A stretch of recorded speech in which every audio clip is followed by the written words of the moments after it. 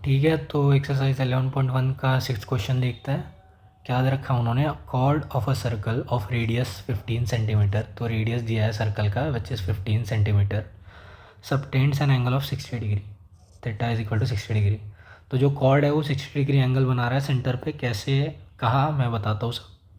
Find the area of the corresponding minor and major segment of a circle. ठीक है, तो major और minor segment जो cord की वजह से बनेंगे उसका एरिया क्या होगा वो पूछ रहा है। सबसे पहले मैं बनाता हूँ सर्कल, ठीक है, और एक बना लेते हैं कॉर्ड, ठीक है।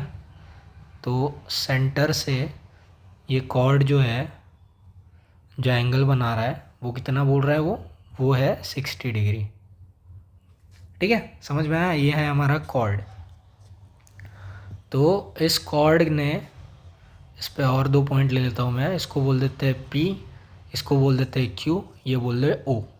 ठीक है, तो इस कॉर्ड ने जो ये नीचे वाला एरिया बनाया, ठीक है, तो उसको बोलते हैं माइनर सेगमेंट का एरिया, और जो ये बचा वाला एरिया है पूरा, दैट इज़ मेजर सेगमेंट का एरिया।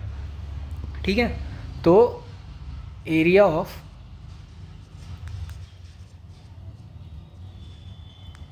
मतलब एरिया ऑफ सर्कल जो है वो दो चीज़ों का हो जाएगा हमारा, that is area of major segment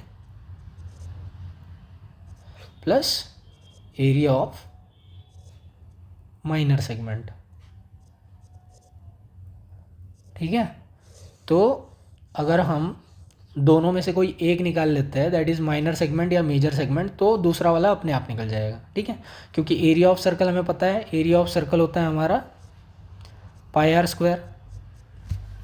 ठीक है, तो अब माइनर सेगमेंट के लिए क्या इशू है, माइनर सेगमेंट के लिए हमें क्या करना पड़ेगा, ये जो दो रेडियस है और ये जो आर्क लेंथ है, ठीक है, इन्होंने जो एरिया अपने अंदर रखा हुआ है, ठीक है, या स्वाइप किया हुआ है, इस एरिया को बोलते हैं हम एरिया ऑफ सेक्टर। ठीक है, मतलब ये टोटल बन गया एक सेक्टर, तो इस सेक्टर का एरिया, तो इस सेक्टर का एरिया जो है वो दो चीज़ों के कॉम्बिनेशन से बना है। एक तो है इस ट्रायंगल का एरिया और दूसरा है इस सेगमेंट का एरिया। ठीक है, तो हमारा जो एरिया है, एरिया ऑफ सेक्टर AOBPO, मतलब जो हमने दिखाया था अभी, वो किन का कॉम्बिनेशन है, दो लोगों का कॉम्बिनेशन है, that is area of triangle OAB plus area of segment APB। ठीक है, और APB ही हमारा क्या है, माइनर सेगमेंट है। ठीक है, तो एरिया ऑफ सेक्टर, इस सेक्टर का एरिया कैसे निकलता है हमें पता है formula, that is theta by 360 degree into pi r square. मतलब इस सेक्टर ने जितना एरिया, मतलब जितना एंगल इंस्क्राइब करके रखा है इसके अंदर, दैट इज थीटा डिग्री, और सर्कल का रेडियस। तो ये सारी चीज़ें पता है तो हम ये निकाल सकते हैं। बाद में ट्रायंगल का एरिया कैसे निकलता है उस पर हम बात करेंगे।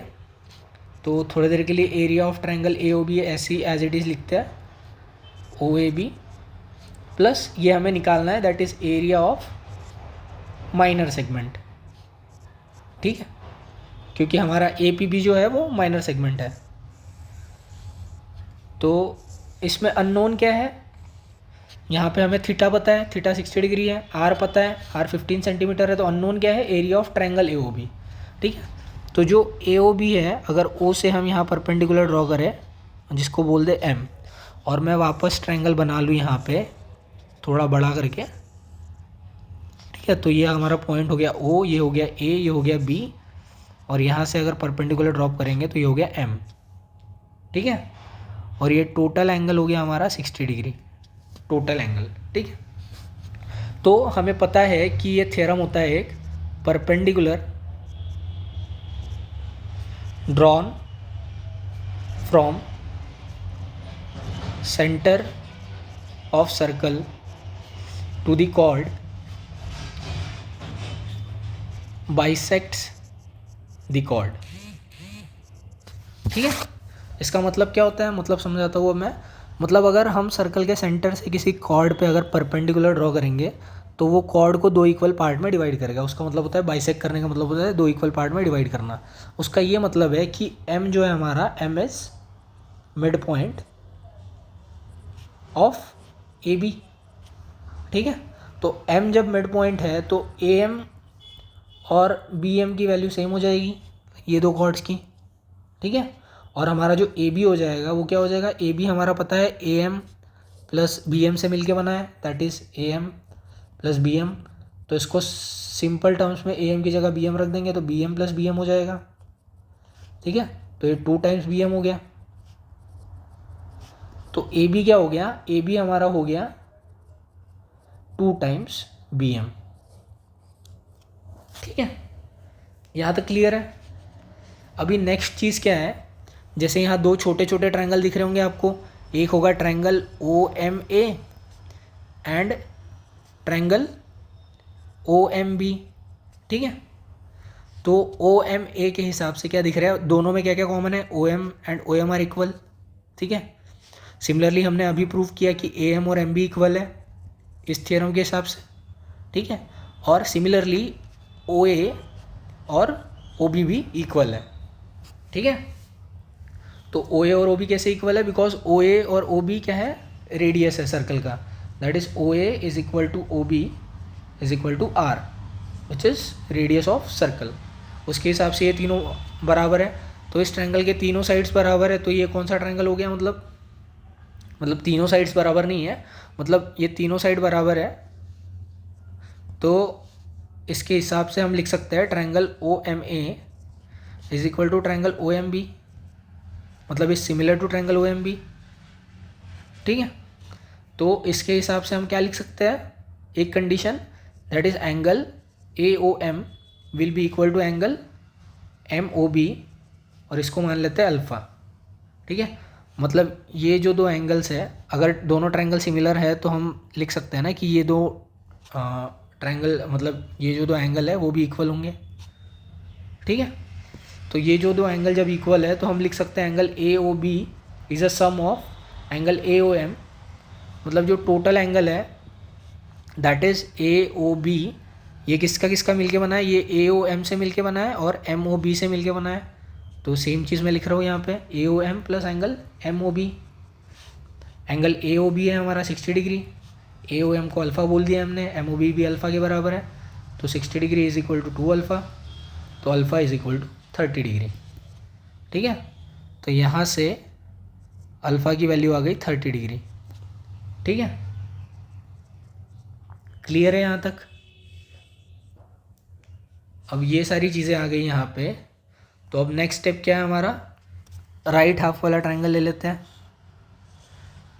तो राइट वाला ट्रायंगल लेते हैं हम, तो ये हो गया ओ, ये हो गया एम, ये हो गया बी।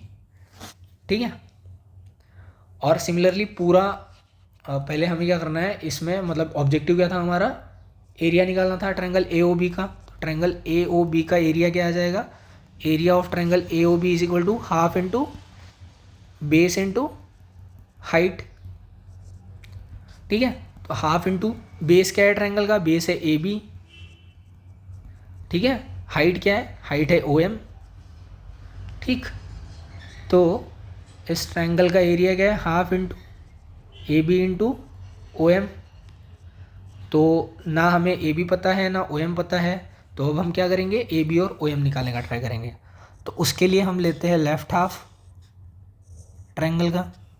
ठीक है, तो ये हो गया एम, ये हो गया बी, ये हो गया ओ। ये एंगल आया था अल्फ़ा, अल्फ़ा है हमारा 30 डिग्री। एंगल के अपोजिट वाला side is opposite side, angle के एडजेसेंट वाला साइड इज़ एडजेसेंट साइड। और ओ बी की वैल्यू क्या थी, ओ बी है हमारा रेडियस। ठीक है, ओ बी हमारा रेडियस के बराबर है। तो यहाँ से अगर हम साइन 30 लिखें तो क्या आ जाएगा, sine 30 will be opposite side, मतलब B M upon hypotenuse side, मतलब ओ बी।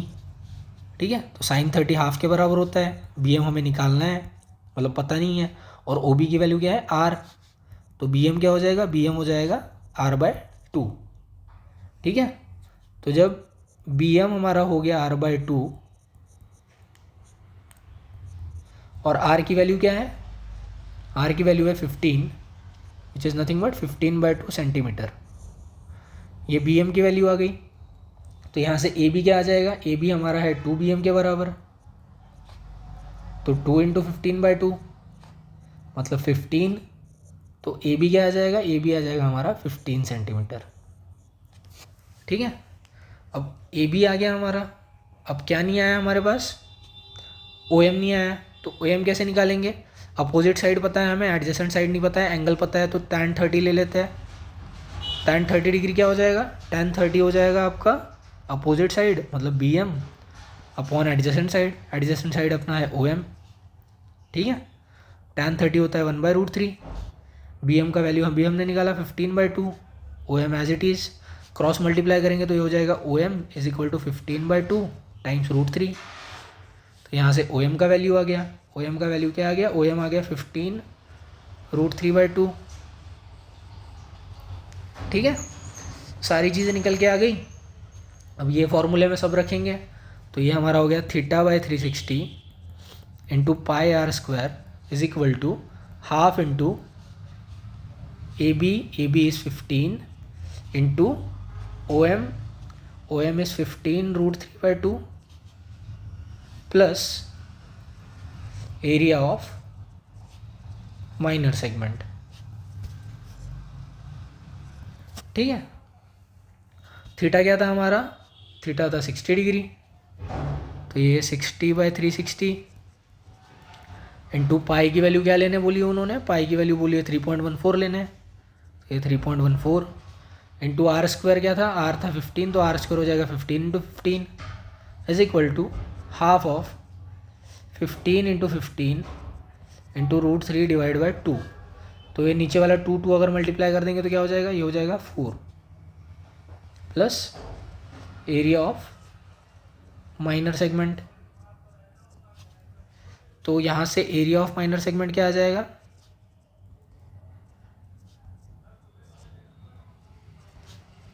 इसको इधर ले जाएंगे तो एरिया ऑफ माइनर सेगमेंट बचेगा। तो ये हो जाएगा 60/360 इंटू 3.14 इंटू 15 × 15 माइनस 15 × 15 इंटू √3/4।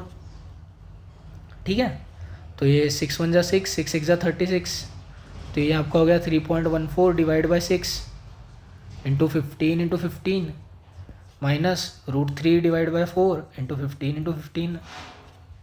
तो यहाँ से जब 15 × 15 कॉमन निकालेंगे आप तो क्या आ जाएगा, 3.14 / 6 माइनस √3 की वैल्यू उन्होंने दी है 1.73 / 4। ठीक है, तो 3.14 को जब आप 6 से डिवाइड करेंगे तो आपका आंसर आ जाएगा 0.523 माइनस आप 1.73 को 4 से डिवाइड करेंगे तो आपका वैल्यू आ जाएगा 0.4325।